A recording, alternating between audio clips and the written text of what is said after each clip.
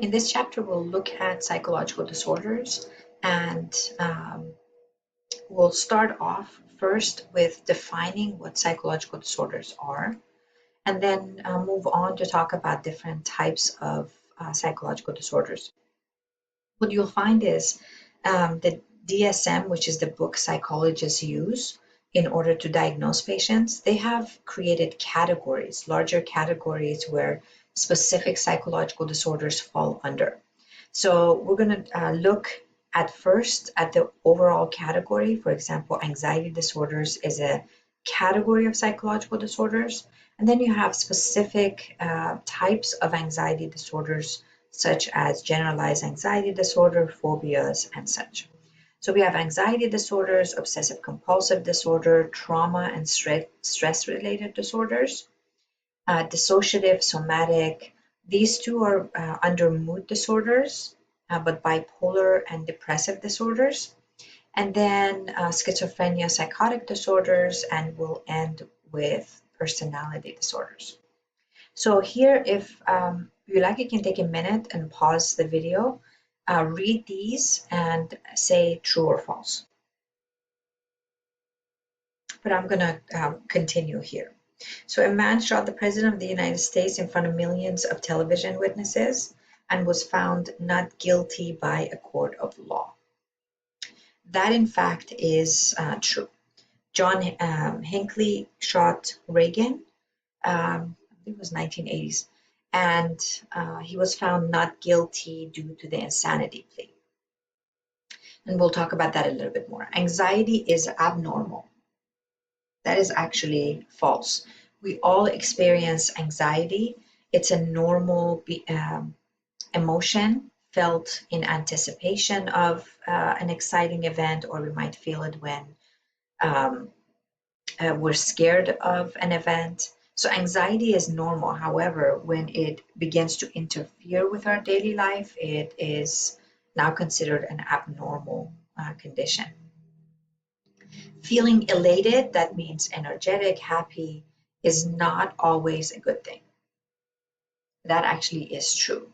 There is a condition called bipolar, and in the highs of bipolar, in the manic state, the person is in a state of elation where it becomes dysfunctional and can interfere with the individual's daily life. It can actually be dangerous. People who threaten suicide are only seeking attention. Most of the students say no, which is true. It is absolutely false. People with schizophrenia may see or hear things that are not really there. That actually is true. This is one of the hallmarks of schizophrenia, which is hallucinations. Some people kill or maim others without any feelings of guilt. And that is true. There's a disorder called antisocial personality disorder, or what we commonly call sociopathic or psychopathic behavior. These are individuals that can kill, can take advantage or hurt others without any feeling of remorse, and we'll talk about this. So digging into the chapter, a psychological disorder is when any ongoing pattern of thought, feeling, and action, and it's important to say ongoing because one time will not be enough, is not suffice in most disorders to diagnose someone. However, when it's an ongoing pattern of thought, feeling, and emotions, actions that are one, deviant, that's different than one's culture. So if in certain cultures, it is not unusual for the individual to hear from their ancestors or hear voices of their ancestors. It is not unusual to practice certain behavior that in this culture may be seen as abnormal. So whenever we're looking at an individual's ongoing behavior, we have to consider within their own culture, is that normal or abnormal? Is it distressful? Does it cause the individual or others around them distress? And this is really dysfunctional is what brings individuals into therapy. Is it interfering with their normal day-to-day life? Is it interfering with their ability to have relationships? Is it interfering with their ability to go to work? So all of these are the ongoing pattern of feeling action has to meet these 3Ds in order to be considered psychological disorder in most cases, I want to say. So a quick look at a history to psychological disorders. In ancient Greeks, the gods, it was believed that gods were punishing humans by causing these madness. In 17th, 18th century, psychological disorders were believed to be caused by the devil. It was a soul issue, so that religion really interfered. Religious organizations were the ones that were providing treatments for those with psychological disorders. Mentally ill, unfortunately, during this time were housed in asylums and chained to walls. Part of the reason there was no medication, there was no understanding of what was causing it, let alone treatment for these individuals. And people would pay for tickets to come and take a look at these individuals in asylums that were chained to the wall, just like you would go to the zoo. And I can hear some of your gasps. But today what we do is we have shows like Hoarders. And I watched one episode and that was it for me. We're kind of doing the same thing, but in a more distant way. The individual who is being filmed, at least in Hoarders, is obviously suffering from some form of psychological distress. So we sit and watch those who may be suffering from psychological disorders really act out, or we're taking a peek at their life and how difficult it could be. These are some of the art that has come out of that 17th, 18th century, where in this one, the priest is praying over the mentally ill and trying to get the devil out of their system. They also did practice bleeding the patient. If the devil was in the blood, then we would bleed them as much as possible in order for the devil to get out, and the body could create more pure blood instead of it. And some folks died, unfortunately. This was a cap, or I don't know what to call it. This was put over the head of an individual who may have been a danger to themselves or to others, and in order to protect them or other folks, this was used as a form of treatment. This gentleman, this is a really famous art that has come out of France. This is Philippe Pinel, who was considered a revolutionary individual in helping treat the mentally ill in a more humane way. So Philippe Pinel went to these asylums and would unchain these folks. Him, and there were other people that have also done that, but Philippe Pinel was really the pioneer. He would go to these asylums and free the individuals in terms of having them walk around, get some fresh air and sunshine, and some of them, amazingly enough, got better. So he said, maybe madness is not a demon possession, but rather a sickness of the mind. And what he's doing is he's separating mental illness from the church and giving it over to, or proposing that it should be treated by physicians or other professionals. The other event in the 1800s that really propelled us in changing our mind in the way we view psychological disorders was syphilis. Syphilis, they found individuals who got syphilis and years later began to show what we call today insanity, foaming at the mouth, making irrational decisions, personality changes. back then it wasn't understood, but syphilis is a bacteria that has a propensity, has a attraction to human brain. And if it invades the human brain, it eats away at neurons, causing insanity. So, and in the 1800s, they didn't have the antibiotics to treat syphilis. So they began to see mental illness from a medical model, which basically proposed if syphilis, a simple bacteria, could invade the brain and cause psychological pain and symptoms and disorder, then can we assume that other psychological disorders are caused by some form of disease? And thus, again, distancing medical illness, mentally ill, from the church's domain. What we have today is what a model called biopsychosocial model that really takes a holistic look into psychological disorders. That says psychological disorders are influenced by the interaction of our biology. So if there is a bacteria, if there's a hormonal imbalance, it could cause mental illness.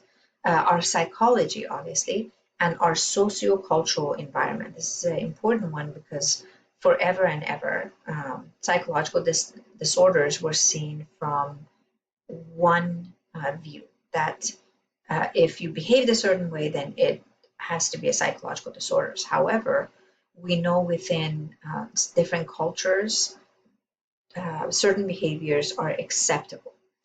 So going with the sociocultural environment, some disorders are linked with specific cultures. Anorexia and bulimia are found in the Western culture where food is abundantly found.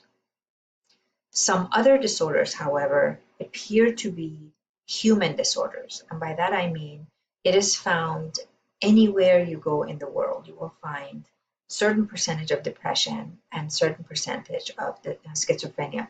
With schizophrenia, they have found it's actually pretty consistent. 1 to 1.1% of the population has been diagnosed with schizophrenia. The next model that attempts to explain psychological disorder is the diathesis stress model. Diathesis means genetic predisposition. So this model says certain individuals have genetic predisposition for psychological disorders. And that's the biological differences between individuals. With enough stress in our environment, and if the individual does not have the coping mechanism to deal with these stressors, then the stressor can act as a propeller or an igniter of these genetic predisposition. So that with enough stress, these genes that may have been hidden turn on and the individual will manifest certain psychological disorders. The book that psychologists use is called Diagnostic Statistical Manual of Mental Disorders. It is in its 5th edition. It's a guidebook created by the American Psychiatric Association that helps us diagnose patients given certain criteria and time frame. So if you have a patient that comes in and says, I suffer from this behavior, this behavior, this behavior, and it's been, let's say, 6 months, then the psychiatrist or psychologist or mental health specialist will go to the book, look at the criteria and the time frame, and will come up with a symptom, with a disorder. This is APA's attempt in kind of streamlining psychological disorders. If you look, the first DSM was pretty thin compared to what we have now. DSM-5 came out, please make sure you know, May 2013, and it got rid of certain disorders and it created certain other disorders. So our ideas of disorders have changed over the years. And in many cases, I can say thank God. We have in DSM-2, 1 and 2, they had homosexuality as a psychological disorder. In 1980s, it was taken out as a disorder altogether. We have in DSM-5, we have a new disorder called delusional disorder that separates an individual who may be suffering from delusional thoughts from schizophrenia. So there's been some flexibility in the way we see disorders and the criteria changing over the years. One of the questions in the field of psychiatry and psychology is, are we diagnosing patients correctly, and are we overdiagnosing or underdiagnosing? So David Rosenhan in 1970s wanted to investigate this exact question. So he and 7 others from his university went to hospital admissions office, and they told the doctors, all individually, and told the doctors that they were hearing voices. All the other questions were answered truthfully, so they're sleeping okay, there's no other issues with relationships, whatever the questions were. All were misdiagnosed with mental disorder. And the doctors said that they were able to discover the causes of this disorder. Now, today we know they're hearing voices can be due to lack of sleep. Taking certain drugs, withdrawing from certain drugs can actually make you hallucinate. And these are temporary states where the brain is able to balance itself and the hallucinations will go away. So just simply if the patient is hearing voices is not enough to diagnose someone with schizophrenia. But their studies show that unfortunately we do tend to misdiagnose and overdiagnose patients. Saying all that, the prevalence of psychological disorder is about 50% of us will experience psychological disorder at some point of time during our lifetime. And we quite often see these disorders beginning in childhood and adolescence. And according to APA, slightly more than 25% of us will experience psychological disorder in any given year.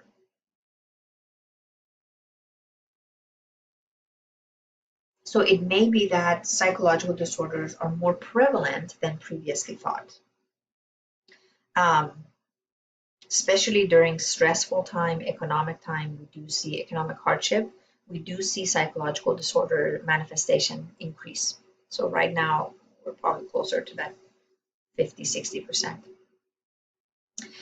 One of the exciting things about psychology is really you can take this discipline and combine it with any other discipline. So we have combined psychology with the health field, with medicine, going to psychiatry. The other area that psychology has coupled up with or paired with is the legal system. And one of the ways forensic psychologists, which is a discipline in psychology, has worked with the legal system is the use of insanity plea. If a patient, if let's say someone commits a crime and at the time of the crime they were obviously suffering from some psychological disorder, you could use the insanity plea. The oldest rule that was used in order to determine whether insanity plea was accurate or suffice was the McNaughton rule. The rules have changed a bit, but the McNaughton rule is one of the oldest one.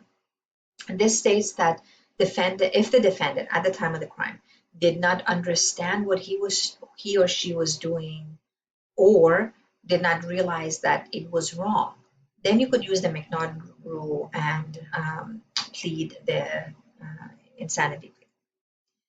It is raised in about 1% of the cases in the US, and unfortunately, or fortunately, depending on your view, it is not quite often successful. There are more people that are still committed, even when insanity plea is used, than not.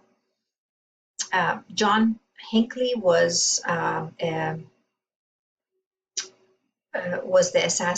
Reagan's assassin, attempted to assassinate Reagan in order to get Jodie Foster's attention. You can read about John Hinckley. It's a really interesting case, but you wouldn't be crazy if you thought he suffered from a delusional disorder. He was tried in the courts and he was found not guilty due to the insanity plea. And when most people hear not guilty due to insanity, they think that means the person gets off. They don't. Just where they go in our treatment of them or in our containment of them is a bit different. If they are found guilty, then they go to prison. If they are found not guilty due to the insanity plea, and there's a new one, some states are using this, they are saying guilty but found to be insane at the time of the crime. And that simply says instead of sending them to a prison, send them to a locked facility. And some of these mental hospitals that are locked facilities are even, I would say, harder to live in than a prison system.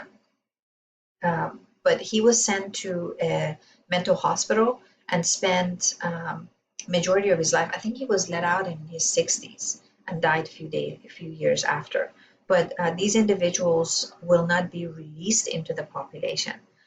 This woman, Andrea Yates, again, for the sake of time, I can't go too far into it, but when you get a chance, please read about her. She drowned all five of her kids, and they ranged anywhere from 10 to a newborn. The woman was, if you read about her progression of postpartum depression into psychosis, it is undeniable how mentally ill she was at the time she committed the crime. And there were many people that kind of promoted is not the right word, but kind of encouraged her to go off her medication. And then she had the psychotic break and drowned her kids. But if you get a chance, please read about a really interesting case. She was found to be insane at the time she committed the crime. She was committed to a mental hospital, mentally ill hospital, and she will remain in the hospital for the rest of her life. So she will never be let out, but at least she's getting the medication and the treatment that she needs. And then lastly, we have, I don't know how many of you recognize, this is Jeffrey Dahmer, who would abduct young men, would assault them, and ultimately kill them, and then would chop them up in pieces and consume them later, eating them. Now, if I told you an individual who was eating other humans, that by itself is insane. But the forensic psychologist on the case found him to be sane at the time he committed the crime. Jeffrey Dahmer was sent to a prison, life prison, and was unfortunately killed by another prison inmate. So although some of you may think, well, that's what he deserves, unfortunately, we had an opportunity to study a cannibalist who couldn't do any harm to anyone else because he was locked up. But we could have really learned and hopefully prevented other criminals from doing what they're, committing crime. So by learning, we can prevent. And unfortunately, we didn't get that opportunity with him. In both of these cases, the forensic psychologist that was used by the prosecutors was Park Dietz. They call him Dr. Hollywood. If you're interested in forensic psychology or psychiatry, you might want to look him up. I call him the devil because I just absolutely disagree with the way he represents the field. But if you get a chance, read about him. Dr. Dietz, Dietz. So moving on to the different types of disorders, anxiety disorders is a large category of psychological disorders characterized by distressing, persistent anxiety or maladaptive behavior that reduces anxiety.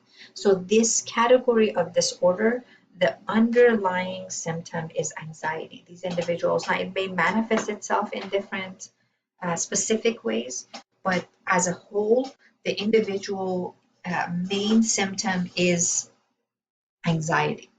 Generalized anxiety disorder is a specific symptom. Panic disorder, specific phobias, and then under specific phobias you have certain claustrophobia and acrophobia. Starting off with generalized anxiety disorder. This is a disorder where a person is continually tense. fearful in a state of autonomic nervous system arousal. If you remember from chapter, I believe it was chapter 3, talking about an autonomic nervous system and sympathetic nervous system. So the individual's body is in a constant state of arousal. Heart is beating a little bit faster. If you have ever felt anxious or met someone with generalized anxiety disorder, it is not unusual for the person to also suffer from some form of gastrointestinal issues. So these individuals may have stomach issues, digestion issues. In order to diagnose someone with generalized anxiety disorder, symptoms have to be present for at least 6 months. So it can be something that's temporary.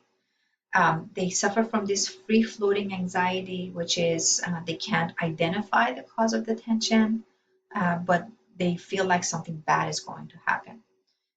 Again, unfortunately, because anxiety is in a long term is devastating on the body and the psyche, it is not unusual for other disorders to also be present during this time. So depression is quite often goes hand in hand with generalized anxiety disorder. You also can have physical problems such as gastrointestinal problems, high blood pressure, and other physical issues. There is a gender bias for generalized anxiety disorder. 2/3 of those who are diagnosed with GAD are women.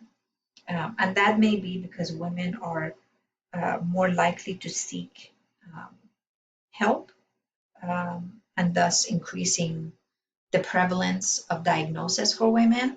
Or it might be that women are more prone or susceptible to anxiety disorders. Panic disorder is also another one of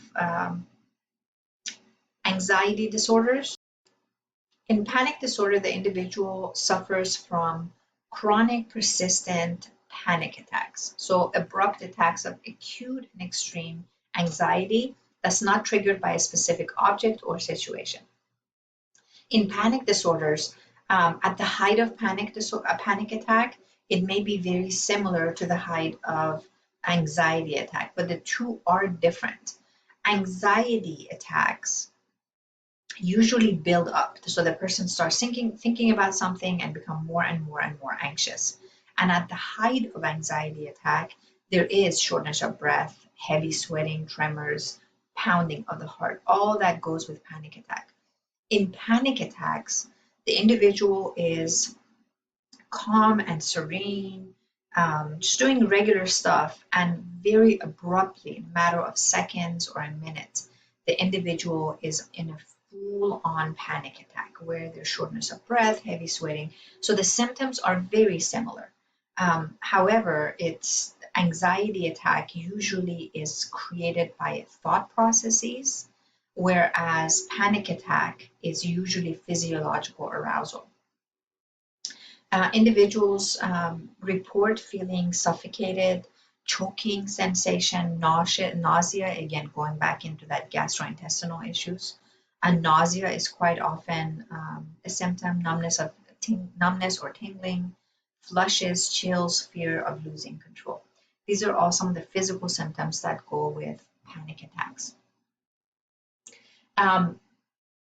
Because panic attacks are so scary for the individual, especially with the heart palpitation, it is not unusual for folks to go to the doctor or to the emergency room complaining of chest pain, feeling like they're having a heart attack.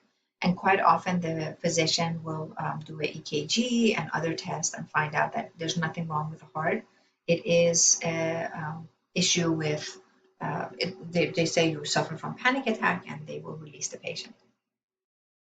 Because this can be so scary, it is not unusual, although it doesn't happen hand in hand. The individual may become agoraphobic. Agoraphobia is another type of phobia. It's a fear of being in public spaces or open spaces where the individual will become homebound, unfortunately. Again, you don't have to have a panic disorder to develop agoraphobia. There are individuals that are homebound um, just specifically because they suffer from this disorder. But again, not unusual for panic disorder to individuals that suffer from panic disorder to be wanting to be in the safety of their own home. And because you can't predict when the sucker comes, um, the individual will just stay home and will be fearful of going into open spaces where they could have a panic attack and they feel like they're losing control. Specific phobias, these are irrational fears. There's no rationale to the individual's fear, so that the person may even have a full-on panic attack. I apologize for that. That's supposed to be attack. Full-on panic attack due to a specific object or situation. There are individuals that fear clowns, or clowns can kill you, contrary to uh, Stephen King's film. However, individuals will see a clown, a picture of a clown, the mention of a clown will bring on anxiety or panic attack. Some of the, and this is not fearing something, this is in order to be diagnosed with a specific phobia, again, it has to meet the 3Ds. It has to interfere with your daily functioning so that the individual will avoid going around clowns or will become debilitated at the thought of going to a clown show. Most of us can deal with these fears, or even if it develops into a phobia, we can deal with it and avoid the situation. When we can avoid the situation is when it becomes problematic. Some examples, if you Google phobia, you will see a list of over 600 specific type of phobias, some really common, some super unusual. Some of your common phobias: claustrophobia, closed in spaces, acrophobia. You have unusual phobias: anomophobia, fear of wind. Las Vegas would not be a good option. Fear of marriage, again, Las Vegas would not be a good option for these folks. Fear of the sound of your own voice, phonophobia. So there's some really unusual ones. One of the more common ones is social anxiety disorder, what used to be called social phobia. And folks think social anxiety disorder means being in social situation that creates this phobia, and that's not the case. People that suffer from social phobia are suffering from a persistent fear of scrutiny by others, right? So that when you go into a public situation, you fear that others are judging you. Others going into an interview is absolutely petrifying because you feel like someone is judging how you dress, how you talk, and will avoid those situations altogether. Fear of public speaking, stage fright, speech anxiety, dating fears. These individuals, irrational fear of being in public and being embarrassed or judged by others. You will never find someone with social phobia or social anxiety disorder eating by themselves. They would prefer to take the food and go into their car and eat the food. Most of our most common type of phobias, again, the blue one is fear. We all have certain fears. However, it's these phobias that unfortunately debilitate us. And you can see phobias are pretty consistent in terms of the categories. The most common type of phobias are animal phobias are quite often found.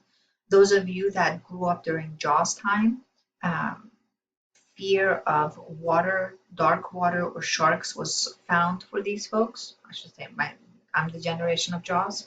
We find certain phobias created because of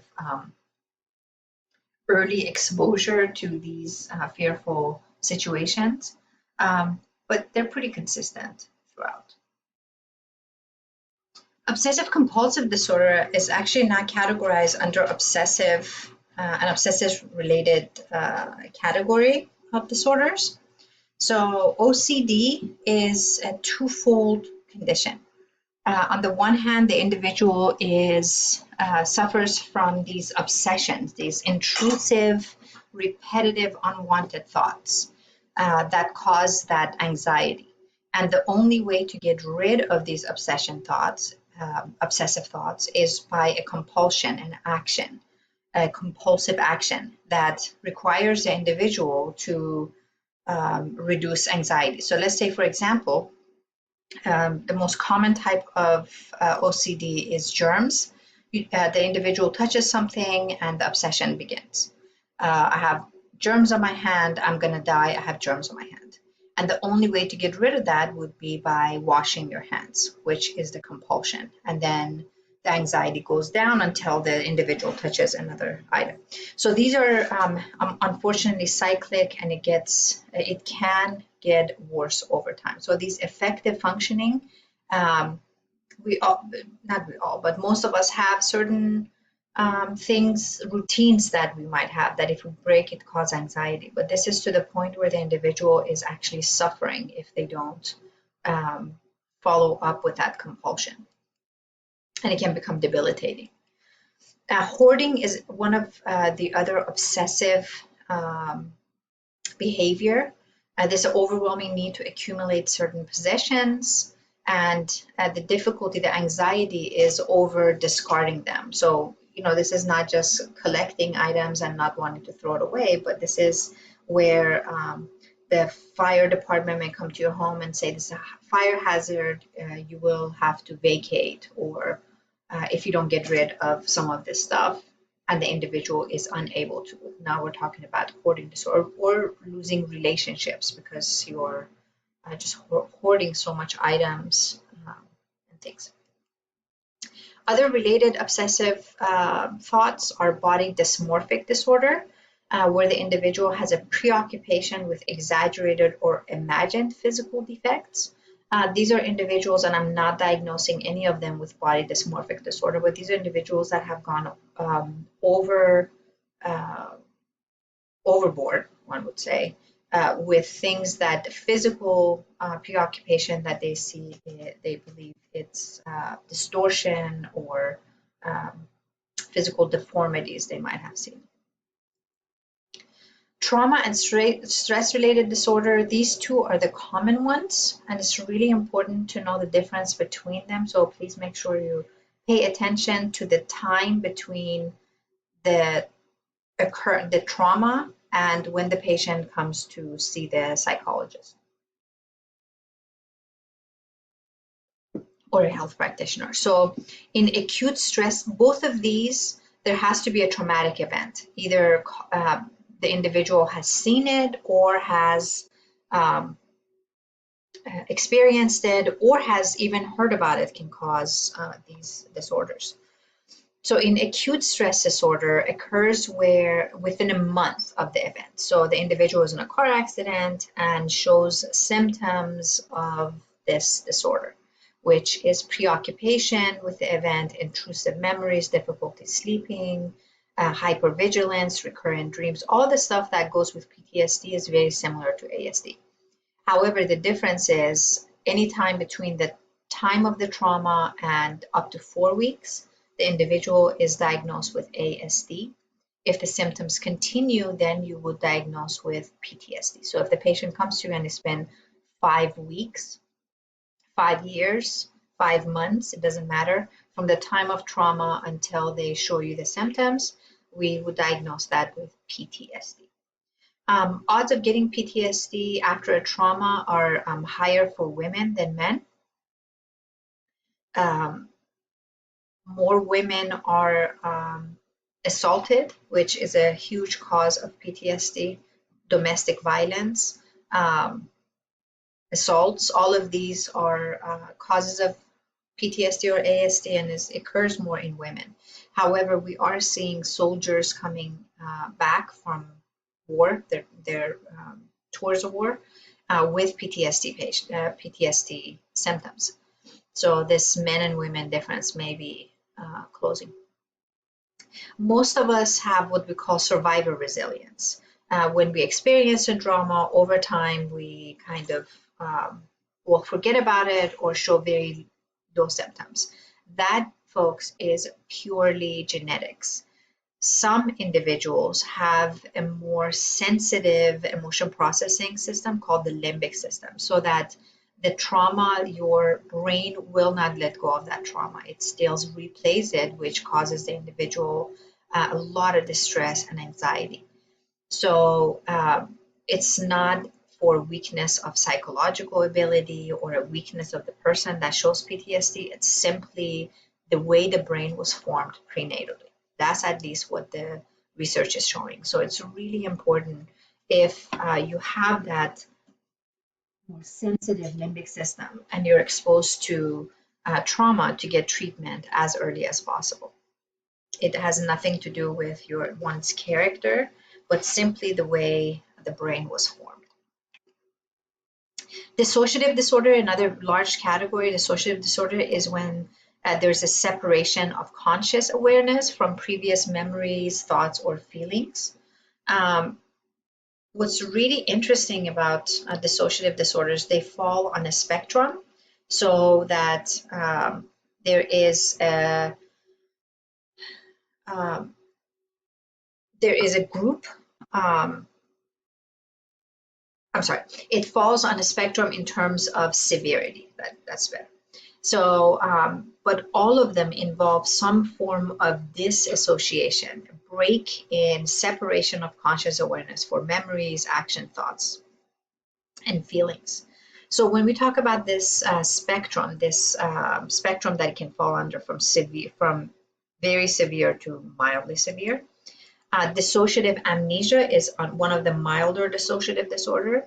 This is an example. Margie and her brother were recently victims of a robbery. Margie was not injured, but her brother was killed when he resisted the robbers. Margie was unable to recall any details from the time of the incident until 4 days later. So in this incident, we see Margie psychologically, the idea that she saw her brother getting killed is so painful that the mind has disassociated that memory, has separated that memory from others where she cannot remember.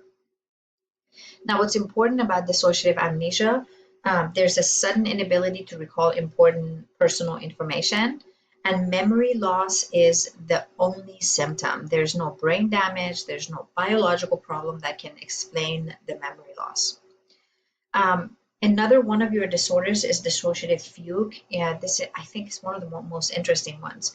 I have worked in the clinical field for really years, and dissociative fugue is the only disorder I haven't seen. I've seen all the other ones. This one I've never seen. Not that it doesn't happen, not that that is impossible, but it is not as common as we think. And part of it may be that we're not diagnosing it correctly. Jay, a high school physics teacher in New York City, disappeared 3 days after his wife unexpectedly left him for another man. 6 months later, he was discovered tending bar in Miami Beach. Calling himself Martin, he claimed to have no recollection of his past life and insisted that he had never been married. So in this case, what we see, there's a loss of memory and identity with another identity replacement. So that the individual, if you go up to Martin and say, hey, you're Jay, Martin will absolutely deny that. So I know some of you may be thinking, well, that's impossible. How could this happen? Maybe they're faking it. If there is no other reason for the individual to come up with this replacement identity, they're not gaining financially, or they're not trying to escape the law, there's no other reason other than some psychological trauma, you would go with dissociative fugue. There is a category of fictitious disorder where it accounts for those that may be faking the identity. And what's fascinating, when the fugue wears off, the old identity is recovered, and the new identity is absolutely forgotten. The most severe of your dissociative disorders is DID, dissociative identity disorder, what you all may know as multiple personality disorder. An example, Norma has frequent memory gaps and cannot account for her whereabouts during certain periods of time. While being interviewed by a clinical psychologist, she began speaking in a childlike voice. She claimed that her name was Donna and she was only 6 years old. Moments later, she seemed to revert to her adult voice and had no recollection of speaking in a childlike voice or claiming that her name was Donna. So here we have an individual who is what we call switching between personalities or personas. In dissociative identity disorder, again, what is known as MPD or a multiple personality disorder, the individual is exhibiting more than two or more alternating personalities. All of us have different personas that we present depending on the situation. So when we're with our friends, we may have a different manifestation than when we go on an interview. But we are in charge of switching between the personas and adjusting our reactions to the situation. Individuals with DID, because of chronic severe trauma in their childhood that is usually experienced before the age of 8, when personality is really forming, they have unfortunately have disassociated certain components. So when they get angry, another persona may come out and take over the personality out of the host's, the main personality's control. One of the hallmarks of dissociative identity disorder is losing time. These individuals will lose time and not know what they did for the last day, maybe dress differently what they normally dress. The first documented, I shouldn't say the first documented case, but the one that really made this disorder famous was by Chris Sizemore, Three Faces of Eve. And when Sybil came out, 1960s or 70s, it really highlighted the disorder. There is some controversy today with Sybil that she faked how many disorders she had, or her psychiatrist exaggerated it. I don't know about that, but all I know is this disorder is, it is a disorder. I have seen it in clinical setting.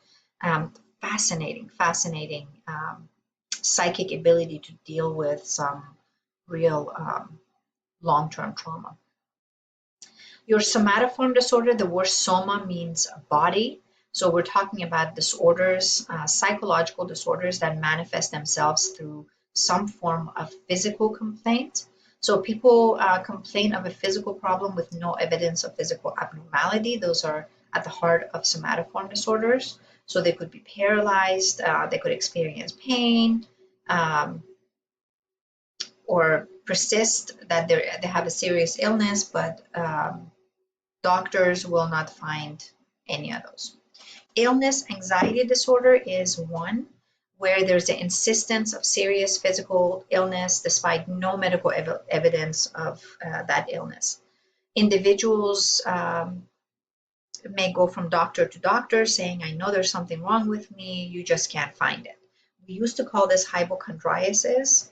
However, again, DSM-5 changed it to illness anxiety disorder. Conversion disorder is probably one of the more severe types of somatoform disorders, where the individual actually, there's a change or loss of physical functioning. So the person may be paralyzed in one arm and there's no physical reason for that paralysis. And this is not intentionally produced. Again, it's not fictitious, but rather produced for psychological reasons. The category that most of you probably have heard most about are mood disorders. This is a category of mental disorder where there's significant or chronic disruption of mood, the way we express our emotions, our energy level, appetite, and it may cause cognitive impairment, the way we think, our behavior, and physical functioning overall. So I'm going to try to draw this graph for you. In terms of our overall functioning, our physical ability, let me go back. All of us function within this plateau in terms of our emotional expression, how happy we are, how much we eat, our sleep. Most of us are pretty stable in that. Men are more stable because they don't have the hormonal change. Women, we do have that fluctuation on a 28-day cycle because of our hormones. Some days we're a little bit more energetic than other days. We're talking about mood disorders are extreme fluctuation or more than normal fluctuation within these two emotional expressions. So here we have the highs where the individual is highly energetic, lack of sleep, um, their thought processes is racing, versus the low, where cognitive abilities are affected. You think slower, you might sleep all day, your eating habits, and then your affect is just emotional expression. There's overall sadness, despondency. So these are the extremes. With MDD, this is the most severe of your low mood disorders. It functions on the lower part, where the individual has feeling of despondency, worthlessness, and the individual usually is not able to function. And we'll look at this a little bit more. So MDD is the most severe of the lows. Then we have PDD, persistent depressive disorder, which is a low grade depression. The individual has to have it for the symptoms for minimum 2 years before diagnosis is made. And I can't really spell with this sucker, but it's supposed to be PDD. So it's a low grade depression.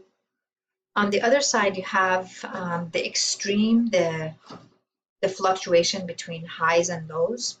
The word bipolar, bi meaning two, are extremes of highs and lows, where the individual goes from a manic state, an extreme energy, racing thoughts, to dipping into depression, which is that slowness in thought, more sleep, and such. So there's this cycling of highs and lows, bipolar. A chronic, less severe of bipolar is cyclothymic, where there is this fluctuation in mood. It's not as severe as bipolar, but it is still more than what we would consider normal fluctuation. So what we see with these disorders, the individual may be able to live with more than others. So this category used to be called affective disorder. Affect, the expression of one's emotion.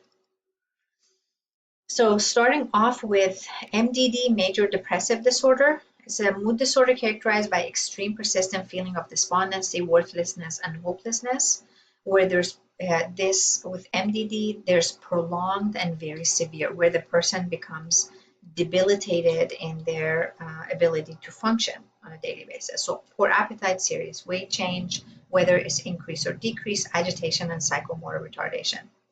Unfortunately, MDD can progress into psychotic behavior. So the person may begin to hallucinate, delusional thoughts, if it doesn't the person doesn't get treatment. If the symptoms continue without remission, there's no break in that, for at least 2 weeks, MDD diagnosis is made. So there's a global negativity, pessimism, learned helplessness involved, and very low self-esteem. Biological causes of MDD, there's an underutilization of a group of neurotransmitters called catecholamine, but for MDD, we're really concentrating on serotonin. So if the individual suffers from depression and they go to the psychiatrist, most often they are given medication to increase the level of serotonin. And if that doesn't work, they will work on the other catecholamines, which is dopamine, norepinephrine, and other neurotransmitters. But the one you want to remember for MDD and PDD is serotonin. So again, PDD is more persistent. It is chronic, long-term, low-grade depression where the individual can actually function. It's not as severe as major depressive disorder. The symptoms have to be present for at least 2 years in order for the diagnosis to be made. It usually develops out of trauma and does not decrease over time. Now, the individual can have PDD and dip into depression and come back to PDD again. So it can coexist with major depressive disorder.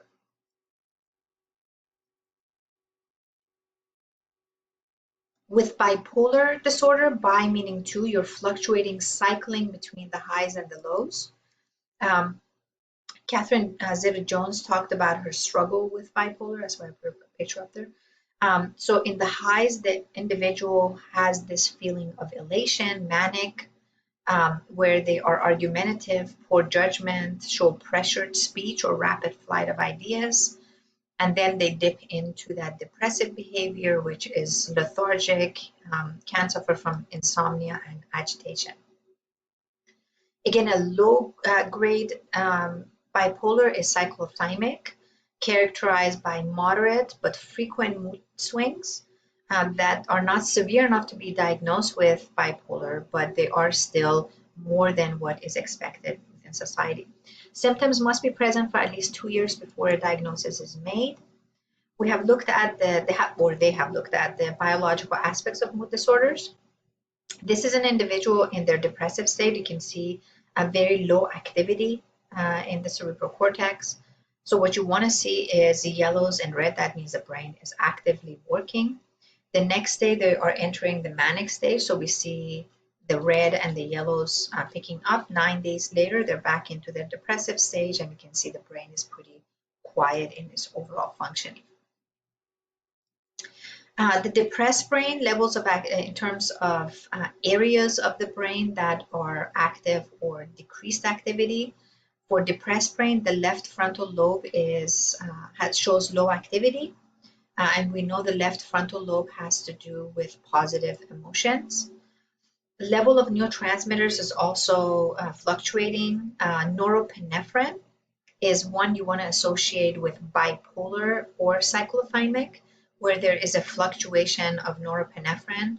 When the individual is at the height of their manic state, norepinephrine levels are extremely high, versus when they dip into that depressive stage where norepinephrine plummets.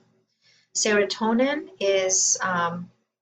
levels are also lower during depression. We know serotonin has to do with depression.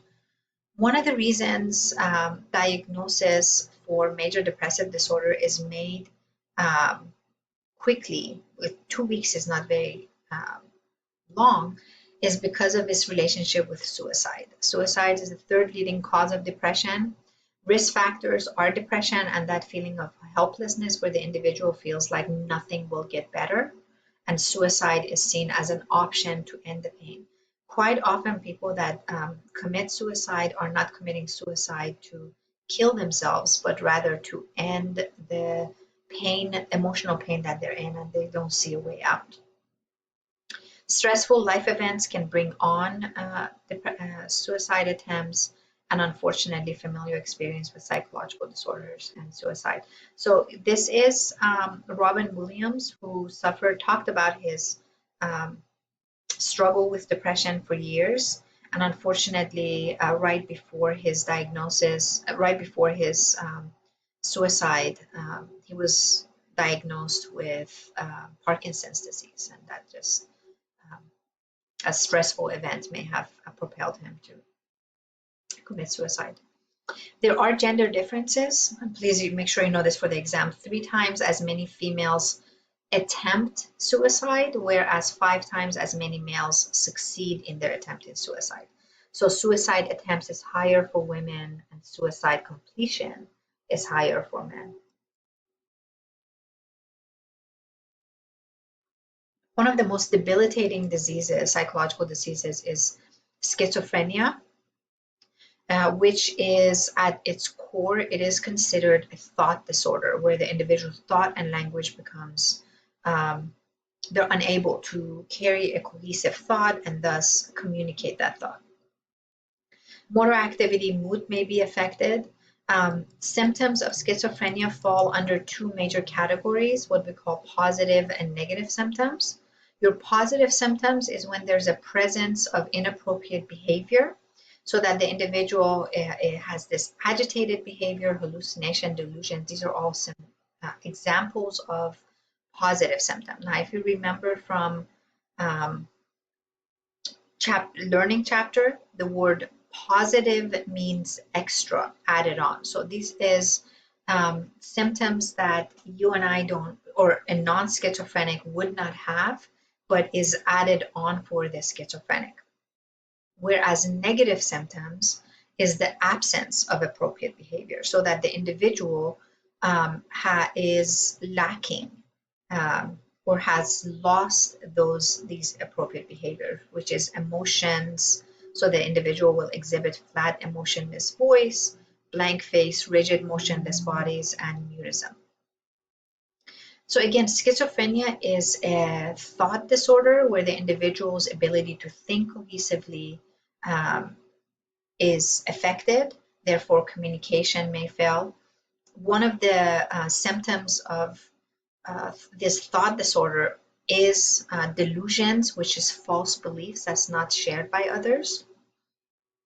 And these false beliefs could be manifest themselves as delusions of grandeur, where the individual believes they are chosen by Mars to come and save human um, species.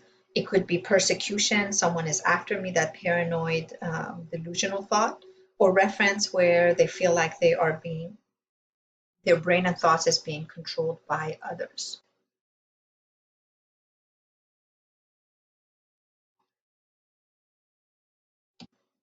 So hallucinations are sensory distortions where the individuals may suffer from any sensory distortion. So all five senses or any of the five senses can go awry. Most common, however, we see for schizophrenic, it tends to be either visual or auditory. So they see things that aren't there, or they hear things that others don't hear. In terms of motor activity, they could be frozen in this stupor or suffer from catatonia. Make sure you know this. This is a waxy-like flexibility where the individual is frozen or agitated for a period of time. We know with schizophrenia, the prevalence is 1 in 100 people, so 1% of the population. And worldwide, 24 million suffer from this. Men are struck earlier than women, and they are struck more severely and slightly more often, although the rates are not significant enough to say more men suffer from it. These symptoms may develop suddenly in a matter of days or weeks, or may develop over time, gradually and insidiously. There is a difference between the two. When it's a slow developing process, we call this chronic or process schizophrenia. Unfortunately, it is more associated with negative symptoms and quite often can be misdiagnosed with depression, so that the person is getting more and more in their delusional or fantasy-like world. They're separating themselves from others. And unfortunately, recovery from negative symptoms is more difficult, so that the individual may have a the prognosis is not good from negative symptoms, more common in men. When the individual suffers, all of a sudden develops it in a matter of days or weeks. We call this acute or reactive schizophrenia, usually followed by some kind of stressful event and associated more with positive symptoms. The good news is the medication that is the drug therapy that's out there is more, the individual responds better with these medications, antipsychotics that target positive symptoms of schizophrenia. So the theory that has the most support for schizophrenia is the dopamine theory. This theory says schizophrenic patients may have excessive number of dopamine receptors. So when dopamine is released, a normal amount of dopamine is released in the brain, it overactivates that area of the brain. So that drugs that block dopamine receptors often do lessen positive symptoms, and drugs that increase dopamine sometimes intensify these symptoms. So there is a lot of support for this dopamine theory, although it doesn't explain the different forms of schizophrenia or different types. In terms of brain activity, what we see is a low activity in the frontal lobe for patients with schizophrenia. They have done PET studies and have found that during hallucinations, there's activation in the thalamus and amygdala, and that may explain, the amygdala may explain the paranoid theme of hallucinations. Areas of the brain that are filled with fluid, we call these ventricles, are enlarging, whereas the cerebral tissue, unfortunately, is shrinking for the individual. This is what I want to show you. These are twins, identical twins that should have, the brain parts should be about the same. However, this twin does not have schizophrenia and this twin does. And what you see is these water reservoir in the brain, ventricles, are significantly larger for the schizophrenic, and these cerebral cortex area is shrinking. Thus, we do see, and this is usually associated with negative symptoms, we do see a difference between the two, healthy and schizophrenic brain. Again, odds of developing 1 in 100, 1% of the population. If the individual has a sibling or a parent, the risk factor does increase.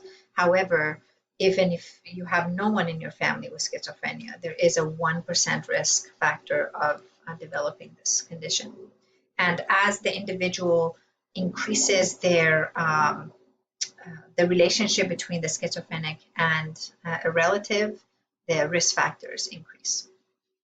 This delusional disorder is a relatively new category for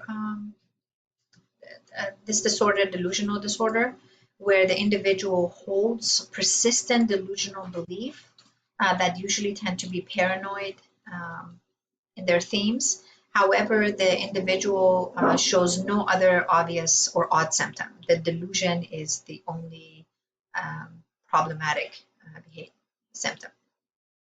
The last category, and you can all take a deep breath, we're almost done, is personality disorders.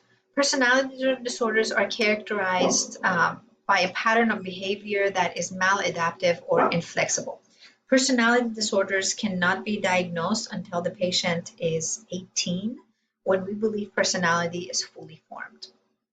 And there's an overall impairment in personal or social functioning. If you look at DSM, they have divided up personality disorders into 3 large categories, A, B, and C. For our purposes, I'm just going to highlight some of the personality disorders. Paranoid personality disorder, just like the name indicates, there is an overall paranoia in relationships where the individual feels others may be threatening or demeaning them. Schizoid personality disorder, it almost can be diagnosed, misdiagnosed with autism, where there's a indifference to relationships, flat emotional response, where the individual just doesn't care if they are in relationships or don't show a range of emotion and excitement in relationships.